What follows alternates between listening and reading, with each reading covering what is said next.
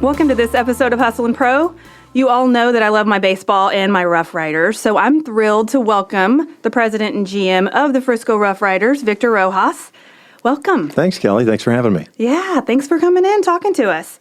All right, off the top here, before we get talking about some things, I always like to do some icebreakers. And I want to know a couple of your sports preferences. So if you had to tell me who your favorite athlete was, who would that be? Was or still is? Is. Well, Yeah. my favorite, well, my dad's my favorite, my mentor, having played 16 years in the big leagues. As far as other players are concerned, Don Mattingly was probably, when I was in college, had the most influence on me. I had a chance to meet him when my dad was managing the Angels in 1988. And from that point forward, he kind of became my guy. As a matter of fact, I named my daughter Mattingly after him. So, he's probably the one. And then Mike Trout now, currently, as far as current players, is Yeah, you got to get your Angels guys in there. Yeah. What about sports movies? Field of Dreams is up there, but for me, The Natural is probably still number one. I took Roy Hobbs' name and I stuck it in my son's middle name is Hobbs. Oh my gosh. Tyler Hobbs. Wow, Yeah. you really commit. Yeah. Field of Dreams is one of my favorites too. Yeah, good movie. We recently talked about all of our favorite sports movies, and baseball happened to be like my top 5. All right, so I'm asking you, this is an old one that I asked in season 1, but I'm curious because of your experience in clubhouses and all your time with baseball. So do you have any superstitions in sports, either you as a player or that you've seen that are interesting? Yeah, I never liked touching the foul line when I crossed onto the field or crossed off of it. That was always one that, for whatever reason, as a pitcher when I was with the Angels system, I never, for whatever reason, I was a reliever, and I never liked taking the baseball from the manager. And I got some strange looks. I would ask him to drop the baseball, and I wouldn't pick up the baseball until it stopped rolling. And so I picked it up there, and from that point forward, I would throw my first pitch. My first warm-up pitch was pretty much from the landing area. Then I would walk up to the rubber and then get my next 7 warm-up pitches. And I couldn't tell you where that came from. It was just one of those things, idiosyncrasies, that I just started and kept doing it. Something in your head. Yeah. You wanted the catcher to give it to you after you'd thrown a pitch. After that it's fine. Yeah. Once I've thrown the ball. I just mean you didn't want to get it from the manager's hand. Correct. How Correct. funny. Skip, go ahead and drop it. And he's looking at me like, what? Just drop it. And whenever it stopped rolling, that's when I picked it up. That's funny. Yeah. That's a good one. All right. So it was just recently announced that you are taking over at the helm of the RoughRiders. And before that, I want to run down some things so that our audience kind of gets familiar with your history, because it's a good one. It's a long one. It's extensive. But I'll be fast. So you were a college player, and then you jumped into coaching in '93 in the Marlins system. And I'm not going to cover all of it. Obviously, there's a lot. But then you started your play-by-play world in the minors for the Newark Bears, and you were also a GM there. Then you went to the Diamondbacks, and you had 5 seasons here for our Rangers. And then you were a host on the MLB Network. Then 11 seasons. So the most recent was 11 seasons with the Angels in Anaheim. Wow. So you do love baseball, right? Yeah, a little bit of everything. Kind of grew up in it and fortunate to still be working in it. So, yeah, it's one of those things where after playing and after coaching a little bit, I thought the front office side was going to be my world. And that kind of encompassed from 95 to 2000, bouncing around from minor league baseball, arena football, and National Hockey League. So I did a little bit of everything in front offices and arena management as well. And then in 2000, when I had this wild hair to say, I'm going to try broadcasting. And I ended up going through a friend of mine who was coaching up there, connected me with the owner of the team, Rick Cerrone's former catcher for the Yankees, owned the Bears, and he brought me up there, made me the assistant GM and color commentator or analyst on the radio broadcast. Simultaneously, you were assistant GM? So I was independent ball, so I was responsible for the signing of players. And so in independent ball, you sign everybody. It was your responsibility. And so he wanted me, because of my connections in baseball, to do that. But he knew that I wanted to try the broadcasting side of things. And we already had a play-by-play guy. So I went up there in February of 2000. Our play-by-play guy quit like a month later. So before the season started, I became the default play-by-play guy with 0 experience. And I had signed a couple of former major league players that were friends of mine. Then I ended up signing Jose Canseco and Jim Leyritz, Lance Johnson. So all of a sudden it became this big hoop-de-doo in Newark that we had all these major league players on our roster. Yeah. And then a month into the season, our GM was let go. And then Rick just moved me over to the GM role. Wow. So I did both. Yeah. Which isn't fun, because when you're doing play-by-play and your shortstop gets hurt on a 24-man roster, you stop doing play-by-play in your head, and you're thinking, how am I going to replace my shortstop from tomorrow? You'd switch gears real fast. Open tryouts tomorrow. Or you're also probably thinking you have to censor yourself of what what your broadcast voice is saying versus what your manager mind is thinking. Correct. Man, so the opening in the play-by-play booth really created a new career path for you that you didn't plan on. Yeah, no, and even that 2000 season with Newark, getting a chance to sign players and deal with agents and so on and so forth, it kind of opened my eyes to that side of things. Like I said, already kind of ventured into the front office side, more of a sales perspective, but from a baseball operations side, I'm thinking, well, maybe this is what I was meant to do. But I made a decision that offseason after my first year there. I ended up working with MLB Radio, which is now MLB.com and in its infancy. And that's when I really said, I'm gonna stick with the broadcasting side of things. And I'm glad I did. I spent one more year, and then I eventually got hired by the Arizona Diamondbacks. All right, so you mentioned your dad. So growing up as a kid of a Major League All-Star, did you always know baseball is where you wanted to be? I knew that that's a sport that I loved and I had a true passion for, but I played all kinds of sports. I did track, I did basketball, I played tennis, quite a bit of tennis as a matter of fact. And Dad never forced us one way or the other. He said, play as many sports as you want. I grew up in Kansas City, so you're limited anyways. And it wasn't this year-round phenomenon that we have now in our sports world. But I knew that I wanted to pursue baseball. I played tennis my freshman year because my brother was a senior and I was a freshman, and I wanted to play varsity with him. And no, baseball. Oh, baseball. Baseball. And that was not going to come to fruition. Just wasn't going to make the varsity team. So I said, all right, I'll go play varsity tennis instead.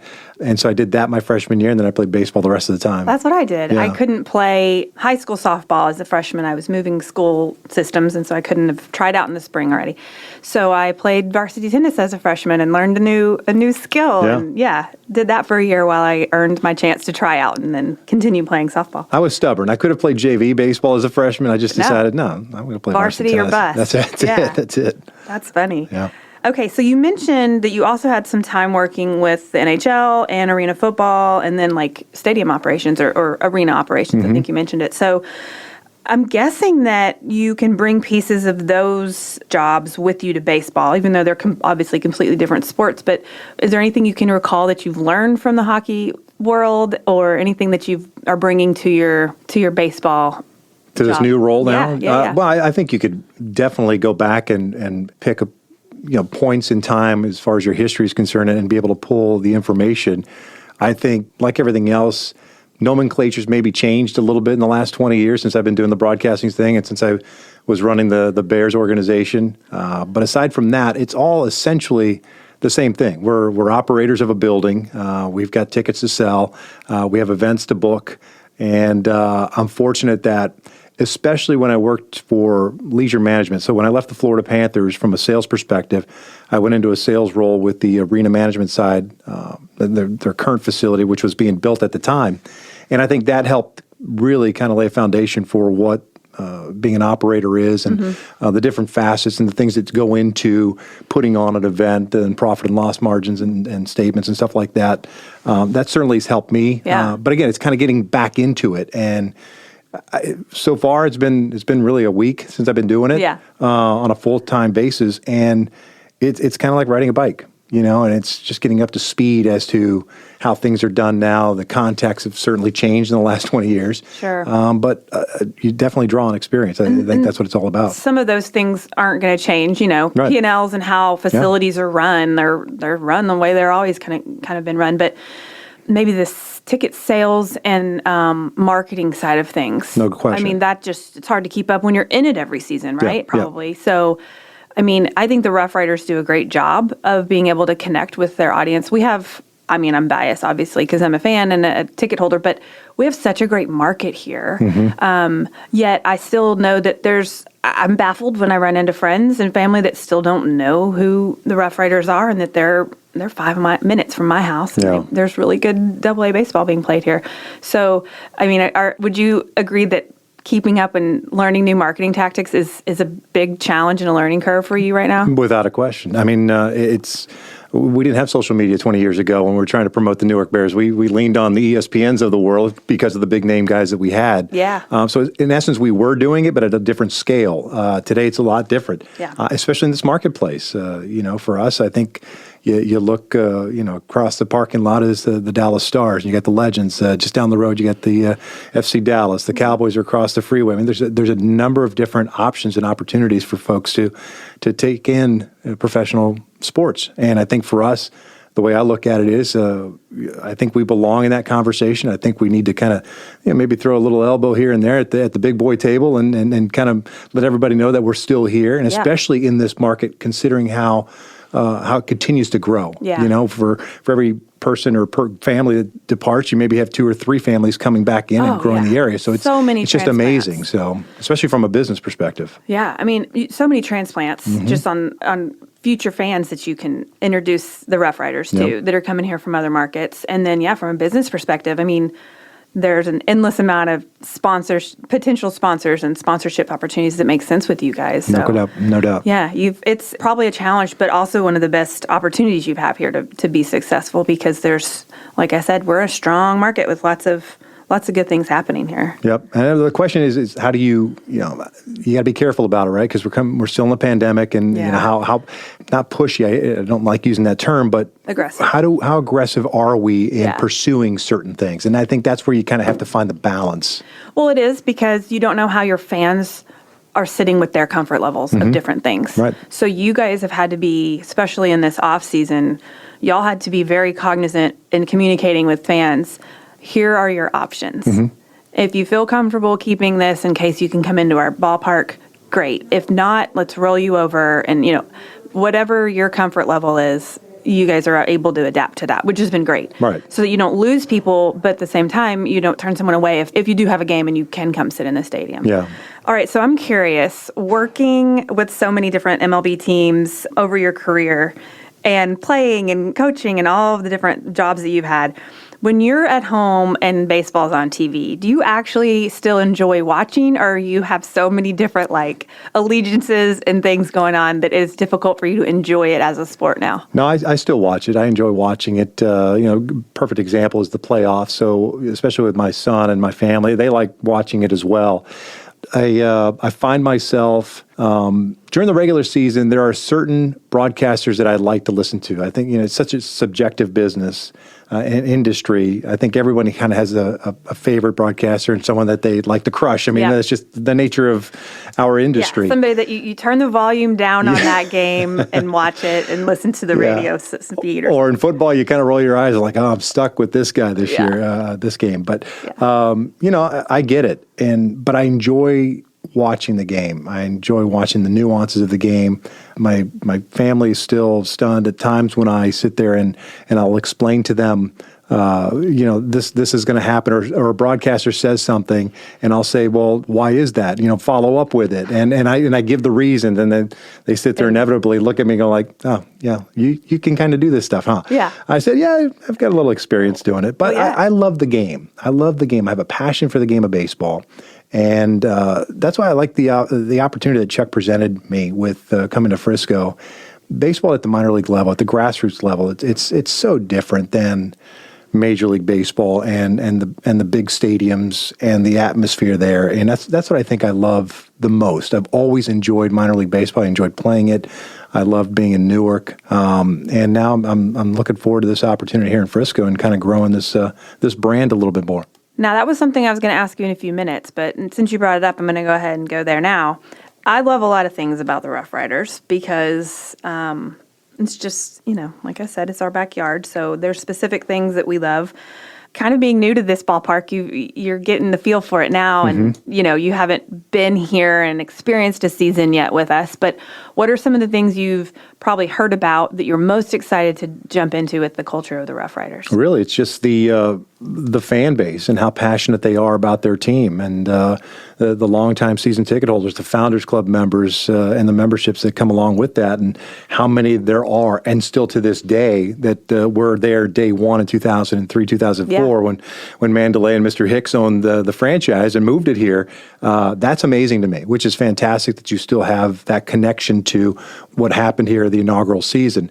And so I think that's kind of cool. The ballpark is unique. There's no question about it, especially from an aesthetic standpoint. Yeah. But as you start thinking about things, especially with this new partnership with Major League Baseball and them overseeing the minor leagues, there's going to be some things that there's going to be an adjustment period. This will be year one of what we hope is a 10-year agreement with Major League Baseball and being the affiliate of the Texas Rangers. And so there's going to be some adjustment period for us. There's going to be some adjustment period for our fans. There's going to be some new areas, some areas that were there that may not be there. And the players. And players are always changing, right? Yeah. So I think, especially from a social distancing standpoint, so I think it's just a mindset of, wrapping your head around we're going to be back to baseball at some point, and the game itself is going to be the same On the field. But how we handle our business and how we interact with our fans, that might change a little bit. Sure. There's going to be some kid gloves, and that's just the nature of it. That's how everything has No been. doubt. And No doubt. you have to adjust to it. I think we're different and better off today, meaning all of us today, than we were 12 months ago.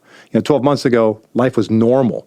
10 months ago, all of a sudden, everything, you snap a finger and everything completely changed. And I think everybody's been able to adapt. I think for the most part, everyone's like an offensive lineman. I hate to use sports metaphors, but head on a swivel. You got to be able to be ready because you don't know what's happening and be able to adjust to it. Don't have all your weight too much in one place because you will get knocked over. Yes. You have to be able to pivot and be flexible. For sure. But you mentioned the partnership with MLB. So, I mean, if anything, I don't even know what some of the examples with that would be, but then I maybe think, well, then, okay, we adapt to some more of the things that look like the Rangers or some of the way that they do operations. So that's not a bad thing. I mean, especially for people like us that are Rangers fans too. And maybe there's even more overlap. One of the things we love most is seeing our players get called up and, developed up through the system. And then we see them on the Rangers roster for years to come.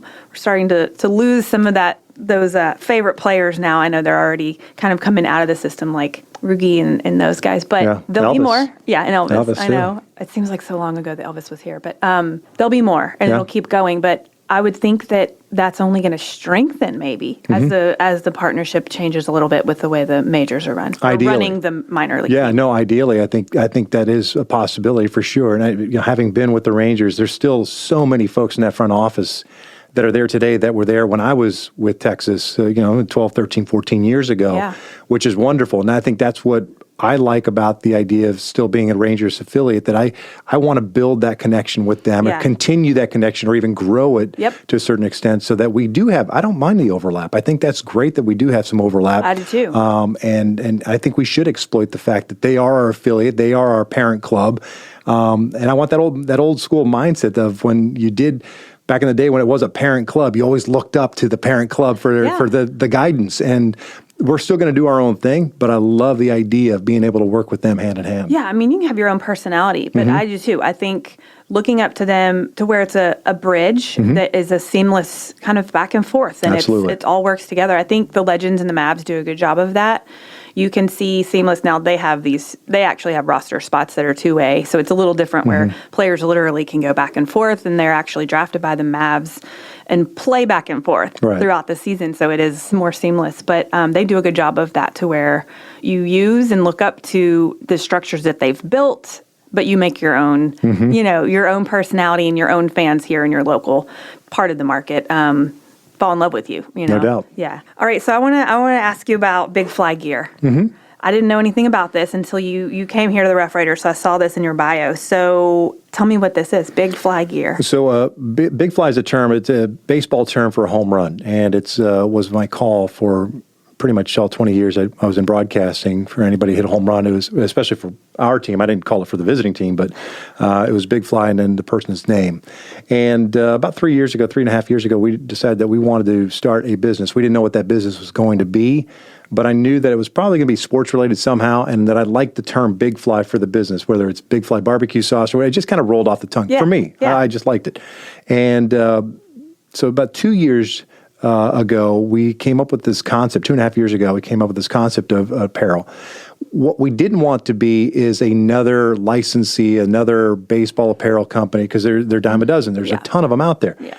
And so I came up with this concept of creating unique graphics, unique art that tells stories. Since I was a storyteller as a broadcaster, I wanted to continue that relationship with our company. So we take a person, place, and/or moment in baseball history revolving around the home run. We create a one-of-a-kind graphic that doesn't have a player's name or player's likeness to it, but the graphic itself kind of tells a story. You kind of have to dig a little bit, but we provide the story on every one of our pages that has the graphic. So you get an explanation of where the design came from or the inspiration for that design. So we've done things for Hank Aaron one, unfortunately, since he was passed away a couple of days ago.